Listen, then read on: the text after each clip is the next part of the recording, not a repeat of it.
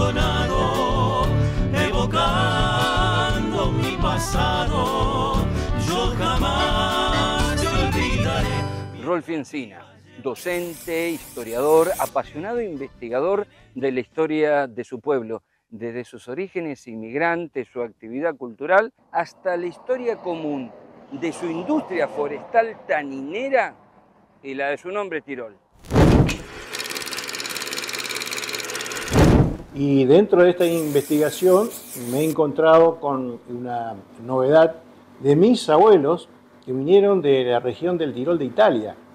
Y bueno, había que darle un nombre a esta parte de la colonia, tal es así que recién asumido como gobernador del Chaco, el general Donovan, se apresta, acompañado del ejército de Corriente, a visitar las distintas colonias para ponerle el nombre.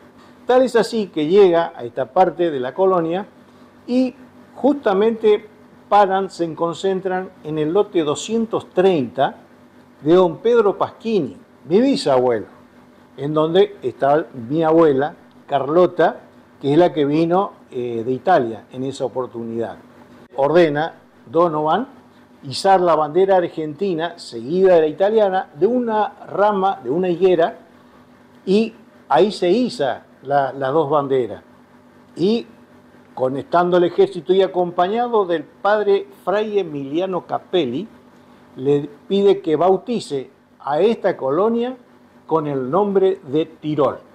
Y es así que un 6 de agosto de 1888 se impone el nombre de Tirol a la colonia. Llegan también otros inmigrantes con ya visión industrial. Es así que, sugerido por entonces Julio Argentino Roca, a un técnico forestal recibido en Suiza, Gustavo Julio Lageren, se han venido al Chaco. Entonces buscan el lugar donde lo primero quiso poner un aserradero. Y ese aserradero se lo ubicó en el esquinero sur del lote 231 de la familia de la Mea. ¿Por qué? Porque ahí pasaba el Río Negro. Entonces, desde su aserradero, hizo un pequeño muelle, airosamente llamado puerto, y de ahí despachaba todos sus productos, que eran únicamente madera aserrada.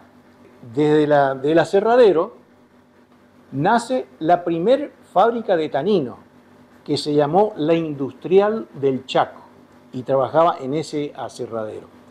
La fábrica empezó a funcionar en el año 1904, desde la Primera Guerra Mundial, y Europa estaba necesitando curtir cueros. Entonces ese fue uno de los motivos por el cual nace una fábrica de tanino.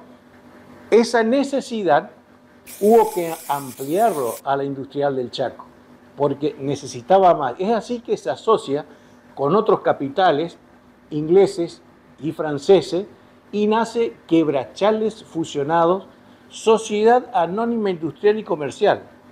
Y la empresa Quebrachales Fusionados hizo vivienda para personal jerárquico, para el personal administrativo y para el personal obrero. Tal así que se conforma el pueblo lo hizo la industria tánica, y ahí empezó la parte social y cultural a tomar forma, y el pueblo no se fundó, se formó solo. Es por eso que nuestra localidad, todos los 6 de agosto, festeja fecha de imposición del nombre, porque en esa fecha empezó a posteriori el pueblo a llamarse Tirol. Ha tenido la localidad de Tirol una inundación en el año 66 muy grande, y tal es así que el depósito de la empresa de entonces Quebrachales Fusionados, en un sótano donde estaban toda la parte de herramientas, habían unas bolsas de películas de cinta cinematográfica de 35 milímetros en blanco y negro, mudas, en donde hemos visto luego que eso fue filmado en el año 1920, de un personal de la empresa, conocido como Roque Recalde. Bueno, me entrega esa bolsa de película. Me puse en campaña de buscar una máquina, porque estaban las películas, pero las máquinas desaparecieron, las máquinas cinematográficas. Y empecé a recorrer toda la provincia hasta que en una oportunidad en Resistencia encontré a un señor que tenía un negocio y por datos que me han dado de que él proyectaba películas ambulantes. Venía la máquina, le dije si había posibilidad de que lo vendiera.